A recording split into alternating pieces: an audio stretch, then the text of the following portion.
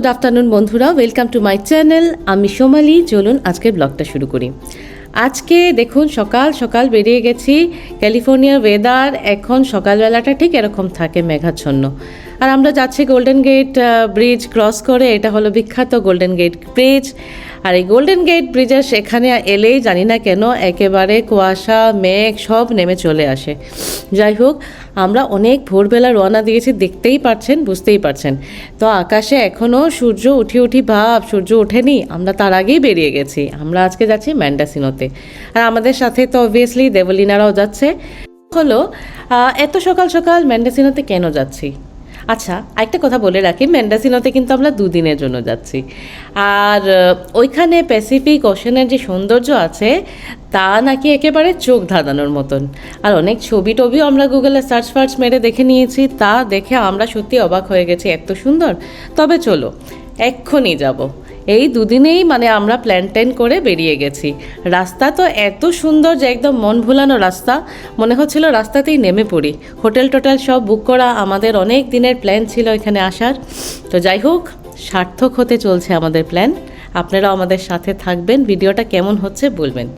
দেখুন, একটা জায়গায় এসে দাঁড়িয়ে পড়লাম। এই জায়গায় জলের মধ্যে কি জানি একটা হচ্ছিল হালচাল। আমরা এখানে নেমে দেখতে পেলাম এখানে শিল মাছ খেলা করছিল আপন মনে। আর সমুদ্রের যে পাড়গুলো আছে সেখানে অনেক শিল মাছ দেখা যাচ্ছিল। আমরা শিল মাছ দেখতে কোথায় কোথায় না যাই, আর কত টাকার টিকিট কেটে সে শিল মাছ দেখি। আজ একেবারে বিনে পয়সায় আমরা রাস্তায় দাঁড়িয়ে কত সুন্দর সুন্দর শিল মাছ দেখে নিলাম। আর দেখে এত ভালো লাগছিল। আমাদের সাথে আমাদের 3 ছেলে খুব এনজয় করছিল। আমি বলেছি না, ম্যান্ডাসিনোর বিউটিটা ঠিক এমনই, একেবারে মন আকর্ষণ করে নেবে। তো রাস্তা থেকেই শুরু হয়ে গেছে। আমরা অনেকটা জায়গায় নেমে নেমে যাব, কারণ এখানে চারিদিকে অনেকটা জায়গা আছে সুন্দর সুন্দর। তো আমরা দেখে দেখে যাব, আর একদম এন্ডিংয়ে আমরা হোটেলে পৌঁছে যাব। আজকে আমাদের এরকমই প্ল্যান। তো দেখুন, আকাশ আর সমুদ্র যেন কম্পিটিশন করে কে বেশি নীল হতে পারে। আমার এখানে এসে ঠিক এরকমই মনে হচ্ছিল। তো আমরা কিছুটা দূর এসে এখন নেমে পড়েছি। বোলিং বল বিচ বলে একটা বিচ আছে, সেই বিচে যাব। তবে নামার পরে একটু কনফিউশন এসে গেছিলো, কারণ আমাদেরকে ম্যাপ যেভাবে নির্দেশ দিচ্ছিল যে এইদিকে যাও ওইদিকে যাও, আমরা যেদিকে যাচ্ছিলাম সেদিকে গিয়ে আমরা বিচের রাস্তাই খুঁজে পাইনি। তো অনেক খুঁজতে খুঁজতে লোকজনকে জিজ্ঞেস করে তারপরে আমরা রাস্তা খুঁজে পেলাম। সেখানে প্রপার কোনো রাস্তা নেই। দেখুন রাস্তার কি অবস্থা, এরকম জঙ্গল, আর জঙ্গলের মধ্যে ছোট একটা রাস্তা, সরু রাস্তা গেছে। অনেকটা দূর যাওয়ার পরে দেখি রাস্তায় অনেকটা জল কাদা। তো এরকম প্রবলেম হয়েছে, কাঠ দেওয়া ছিল, তো এগুলো ডিঙিয়ে ডিঙিয়ে যাচ্ছিলাম আমরা।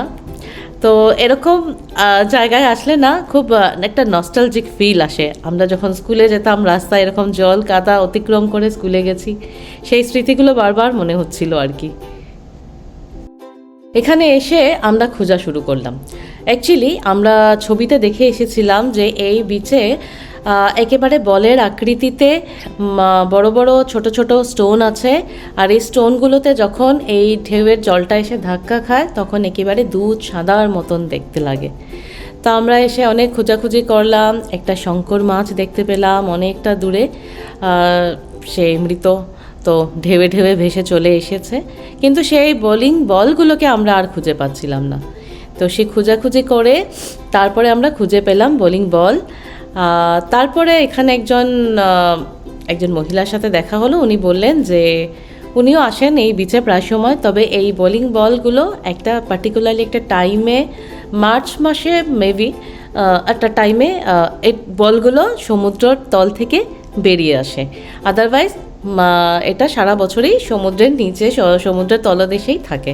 তা আমাদের ব্যাড লাক, আমরা দেখতে পেলাম না, কিছুটা দেখতে পেয়েছি। ঠিক এই রকমের একেবারে শত শত বোলিং বল এইখানে ছড়িয়ে ছিটিয়ে থাকে। সেটা দেখতে আবার হয়তো কখনো আসবো।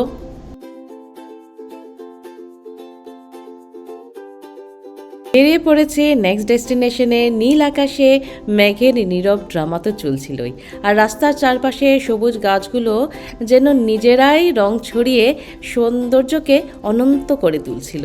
আমরা এবারে যাচ্ছি মেন্ডাসিনো লাইট হাউসটি দেখতে। সমুদ্র ধারে খাড়া ক্লিফের উপর দাঁড়িয়ে থাকা এই লাইট হাউসটি তার চমৎকার প্রাকৃতিক সৌন্দর্য, শান্ত পরিবেশ আর পুরনো দিনের স্থাপত্যশৈলীর জন্য বিখ্যাত।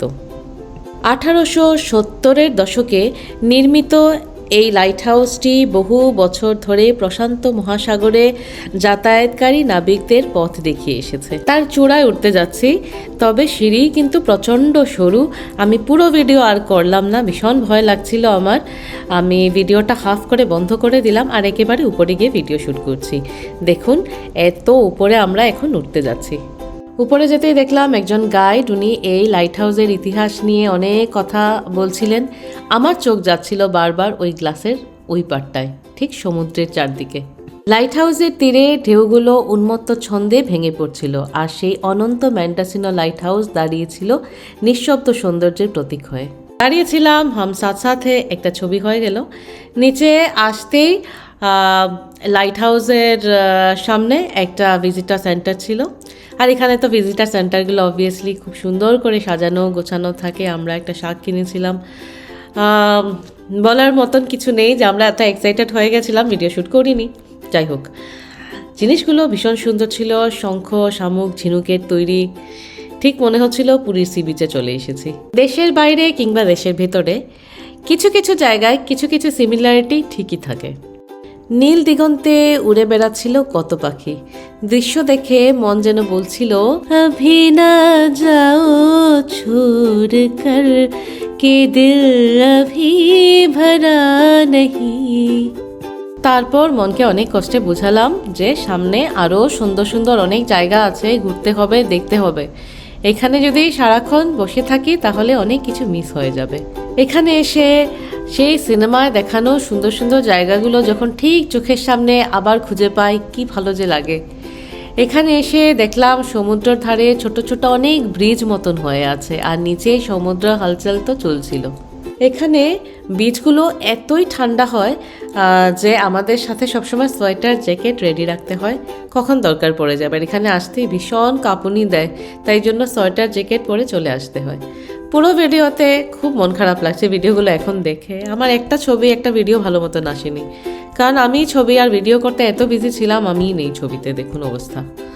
এই যে পাথরগুলো দেখছেন, এইগুলো প্রত্যেকটা একটা একটার সাথে জড়িত ছিল, কিন্তু প্রাকৃতিক নানা কারণে পাথরগুলো ভেঙে সেপারেট হয়ে গেছে। আমাদের লাঞ্চ কিন্তু শেষ হয়ে গেছে। আমরা দুই বন্ধু মিলে প্ল্যানিং করে লাঞ্চ সাথে নিয়ে চলে এসেছিলাম, কারণ এই সমস্ত জায়গায় দেখছেন তো রেস্টুরেন্ট একেবারেই নেই। তো এখন যাচ্ছি সাইপ্রাসের জঙ্গল দিয়ে, সামনে আমাদের হোটেল। আর লাঞ্চ ফাঞ্চ আমি আর দেখালাম না, ভিডিওটা অনেকটা বড় হয়ে যায়, আর সুন্দর জায়গাগুলোকে তখন কাটছিট করে দেখাতে হয়। এখানে ম্যানমেড বিউটির থেকে ন্যাচারাল বিউটি অনেক বেশি। এখানে কিছু কিছু জায়গা আছে দেখলে মনে হয় কোথায় যেন দেখেছি, কোনো একটা গল্পের বইয়ে কিংবা কোনো সিনেমা শ্যুটে। জায়গাগুলো ঠিক এরকমই, একদম জঙ্গল জঙ্গল থাকে, আর নানা রকম প্রাকৃতিক ফুল ফুটে থাকে, আর জঙ্গলে না একটা বুনো গন্ধও থাকে, সেটা ভীষণ ভালো লাগে।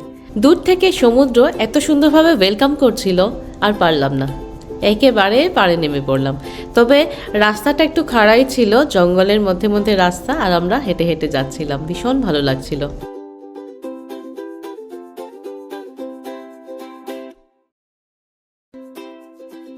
এখন বেলা 4:30।